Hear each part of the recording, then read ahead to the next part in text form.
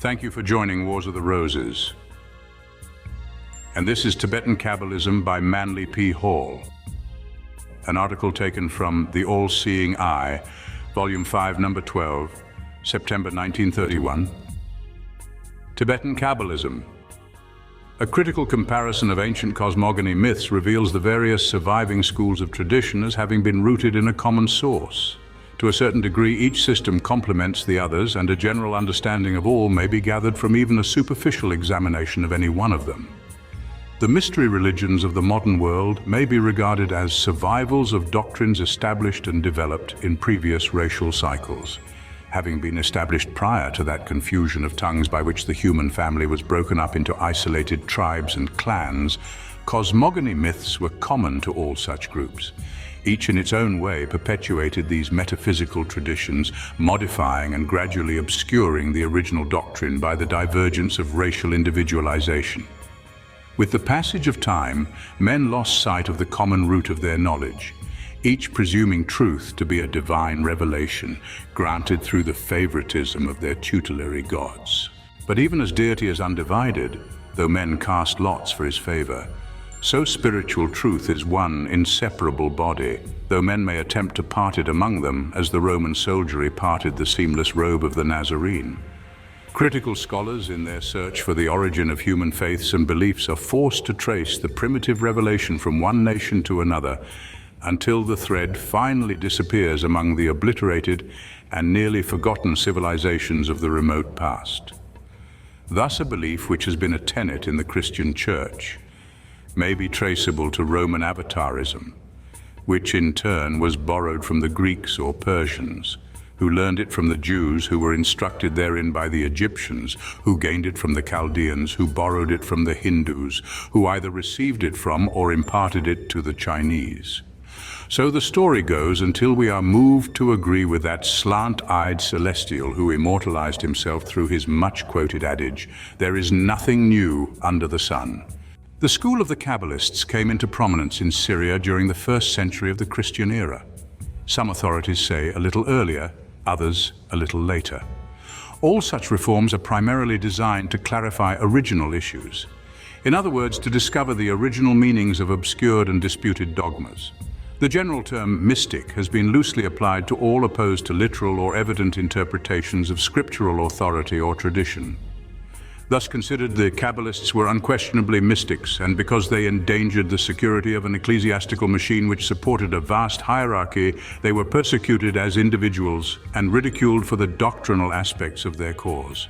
Thus we learn that Simeon ben Jachai, the reputed author of the Zohar, was forced to hide in a cave where, with the aid of divine inspiration, he transcribed the Book of Splendor, the Kabbalistic Bible.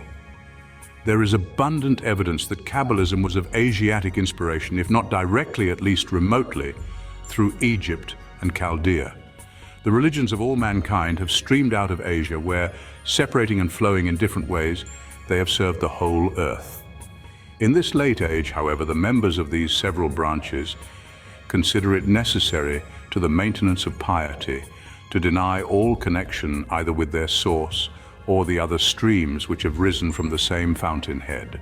From this brief preamble, let us turn to a more specific consideration of the Kabbalistic doctrines of the Jews as related to the metaphysical speculations of the Lamas of Tibet, as these speculations have been perpetuated in the Mahayana system of Buddhistic philosophy. We know that in the doctrines of the Kabbalah, existence flows out from and is established upon an ever-existing but unconditioned state to which the term the Absolute may be properly applied. This primordial and unchanging suspension of infinite force, this unacting action, unaging time, unthinking thought, unknowing knowledge is Ein Sof, the utter homogeneity of the Syrian mystics. Ein Sof is the closed eye, the God who is no God but precedes the deity, the God who, unexisting, maintains existence, and who, uncreated, supports creation. In the Tibetan systems, this parabrahmic non-entity is referred to as Adi Buddha. Professor Rhys Davids declares that this being, Adi Buddha, or the primordial Buddha, whom he believes to signify primordial wisdom and infinite time, was devised as a symbolic figure in the 10th century AD. Those acquainted with the esoteric elements of Buddhism, however, affirm that this being was recognized by the very earliest masters of the art.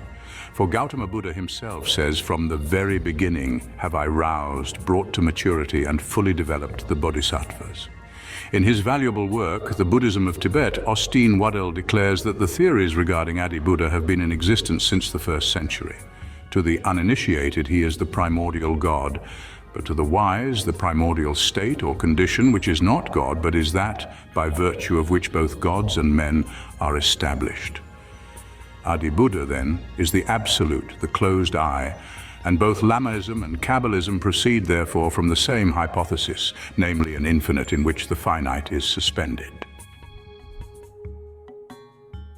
In the Kabbalistic tree, we next learn that the infinite manifests in the midst of itself the primordial being, which is the first and most abstract objectification of the eternal subjectivity of Ein Sof. This first manifestation, Kether, or the crown, is called the most ancient of the most ancients, the long face, and the aged one. This is the first logos, mind, son of thought, being from not being, thing from no thing, numbers from number. In the Buddhist system, the correspondence is evident. Adi Buddha causes to shine out from itself a single ray of force, and this ray is called Vajradhara, the first of the Buddhas, or more esoterically, the first of minds. For in this system, all creations and all creatures are modes of intelligence descending in a concatenated line from the mindless, all whose very being is the substance of nirvana. Vajradhara, being the eternal Buddha, sits meditating in the midst of space, his immense being faintly shadowed amid the eternal sea of the infinite. Vajradhara as the eternal meditator, the being in whom all things are epitomized, the mind in whom all minds are centered, is existent but not creative. He is the first logos which, in the words of Simon Magus the Gnostic, stood, stands, and will stand. It is not given to this one, however, to take the 3 strides by which the dimensions and worlds are established. Therefore, from Vajradhara there issues forth the diamond heart, Vajrasattva, the second logos. Following the central stem of the Sephirothic tree, we discover that Tifereth, the heart of the heavenly Adam, is suspended directly from Kether and, descending into the third world, becomes the sun or fiery jewel, which emanates from itself the 7 gods of builders, which in the Tibetan system are the Dhyanas, or sons of meditation, those who are created by the exercising of the contemplative power. In discussing this matter, nearly all writers refer to only 5 Dhyana Buddhas because the 6th and 7th belong wholly to the esoteric tradition, as we shall presently observe. Brian H. Hodgson writes, "According to this system, from an eternal, infinite and immaterial, Adi Buddha proceeded divinely and not generatively 5 lesser Buddhas who are considered the immediate source, Adi Buddha being the ultimate source, of the 5 elements of matter and of the 5 organs and 5 faculties of sensation.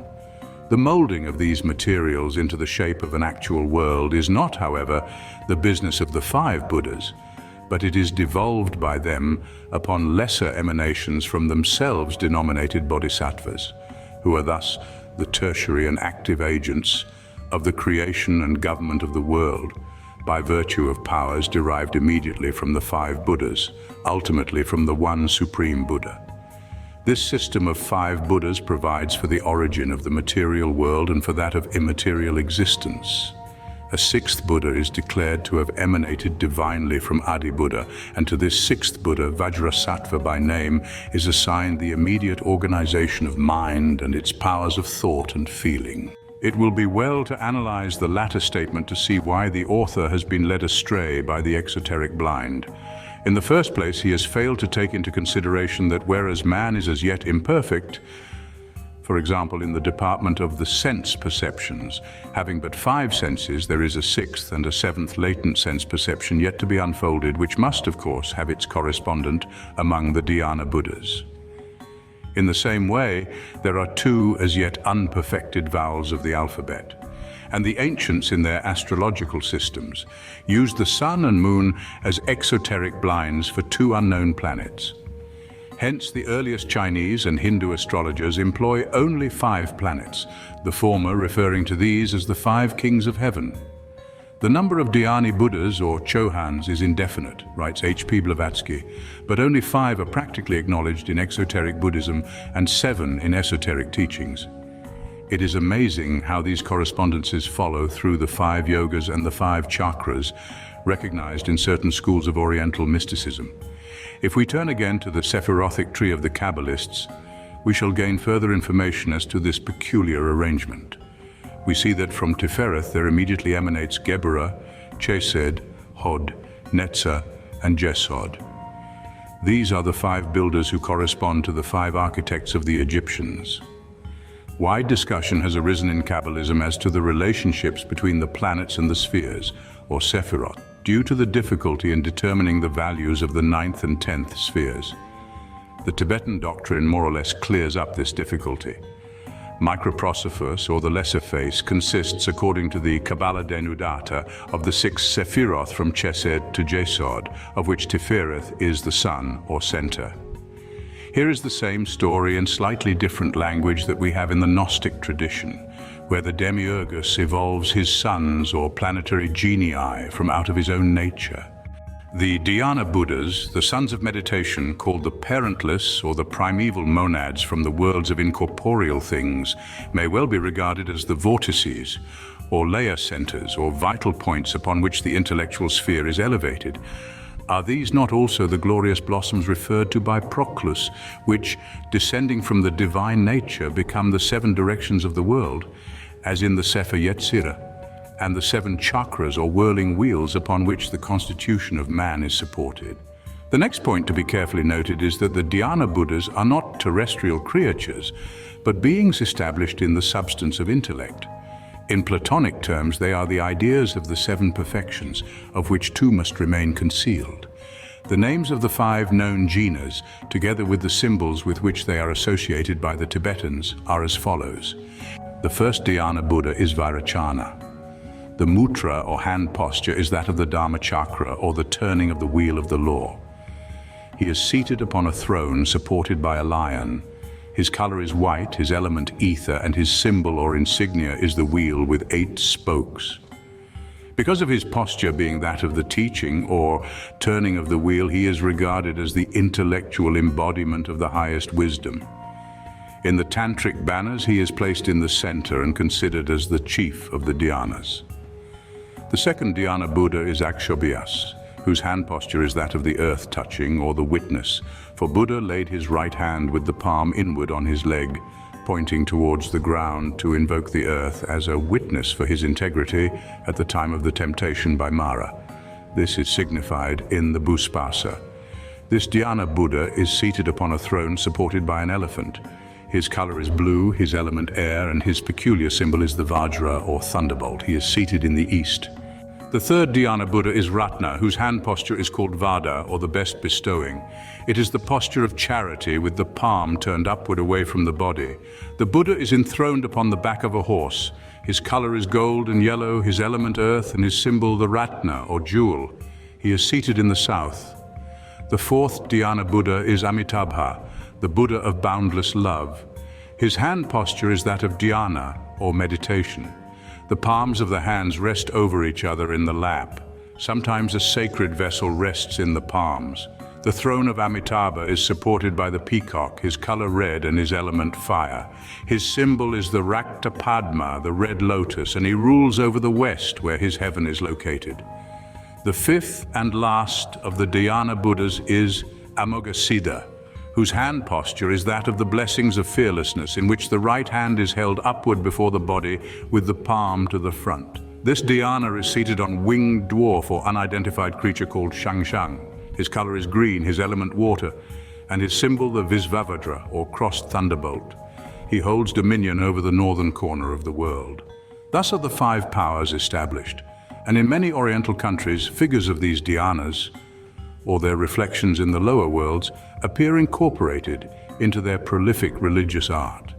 These Dhyani Buddhas, writes H.P. Blavatsky, emanate or create from themselves by virtue of dhyana celestial selves, the supermen bodhisattvas. These incarnate at the beginning of every human cycle on earth as mortal men, becoming occasionally, owing to their personal merit, bodhisattvas among the sons of humanity, after which they may reappear as Manushi, human, Buddhas. The Anupadaka or Dhyani Buddhas are thus identical with the Brahmanical Manasaputra the mind-born sons. Again, Cabalism comes to our assistance, for we learn, according to the teachings of the Jewish mystics, that the jewels of the sephirothic tree are reflected downward through 4 worlds to become in the lowest temporal bodies. Thus, the attributes of God in the first world become hierarchies in the second, sidereal bodies in the third, and human members in the fourth. The divine impulses striking the various levels of manifestation evolve vehicles upon these levels. In the constitution of man, the ideas or principles of the dhyanas may become sense perceptions, or in the world they may become races. In the constitution of the earth continents, in the solar system planets, and in the cosmos, those abstract or divine substances which in the lower world manifest as the elemental essences. As these dhyanas come into concrete manifestations, their correspondences appear within the sphere of our perceptions. For the 6th dhyana will bring with him the 6th continent, the race, the 6th round, the 6th sense, the 6th element, etc. Through their shadows or manifestations, these dhyanas are also the directors of the great world periods, or ages, and all such divisions existing in it. They are also concerned with the substances of one of these 5 meditating divinities. It has already been intimated that each of the Dhyana Buddhas caused to issue out of itself a bodhisattva or spiritual entity which is an aspect of itself. These bodhisattvas are collective objectifications of the subjective dhyanas. In the active labor of creation, these dhyanas, in order to accomplish the molding of the several orders of life, project shapes or personalities which they overshadow. These overshadowed entities exist on several planes simultaneously, and through them the forces of the dhyanas are manifested. Thus, in one sense of the word, the first root race upon the earth was a Vahan for the first Dhyana Buddha. Therefore, the root race as a whole might be regarded as a bodhisattva or body for the expression of the wisdom of the diamond heart. Because it was established in wisdom and by wisdom, the first race could not perish from the earth.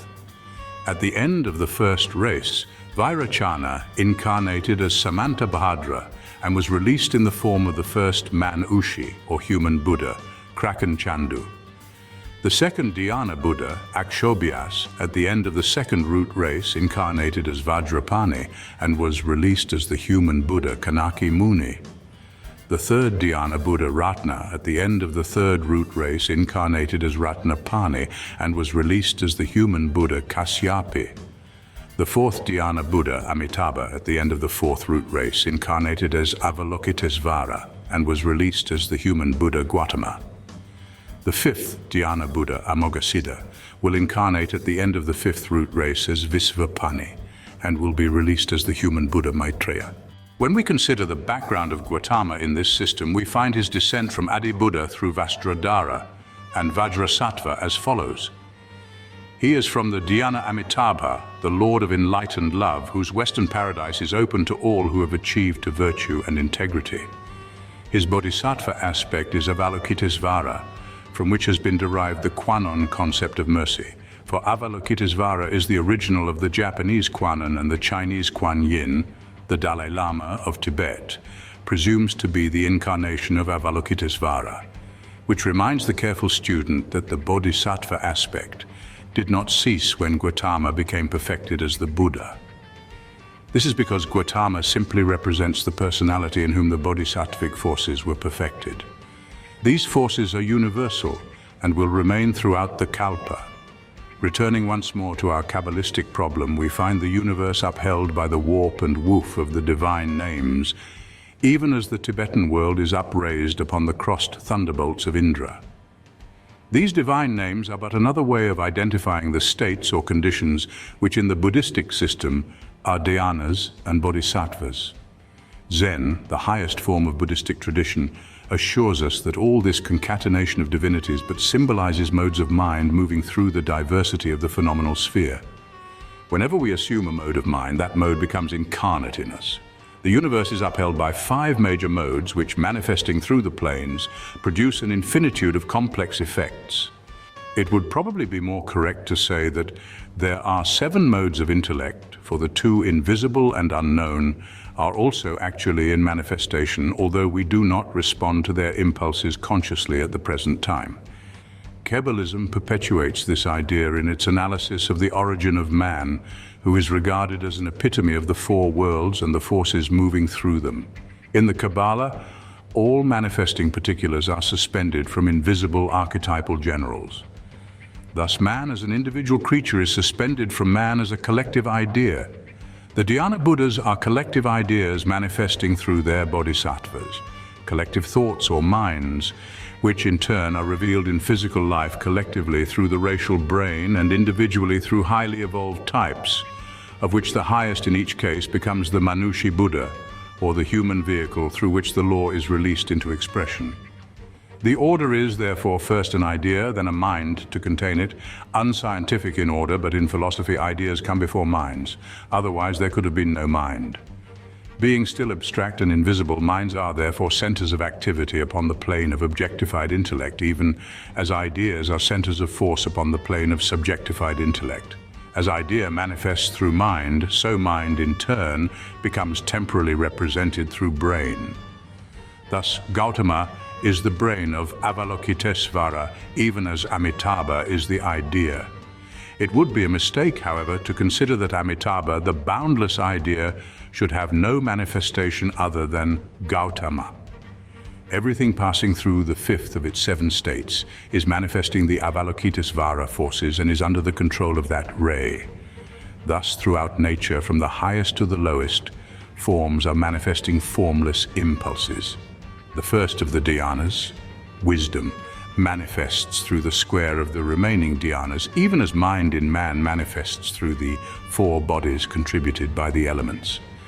The analogies throughout the system are perfect.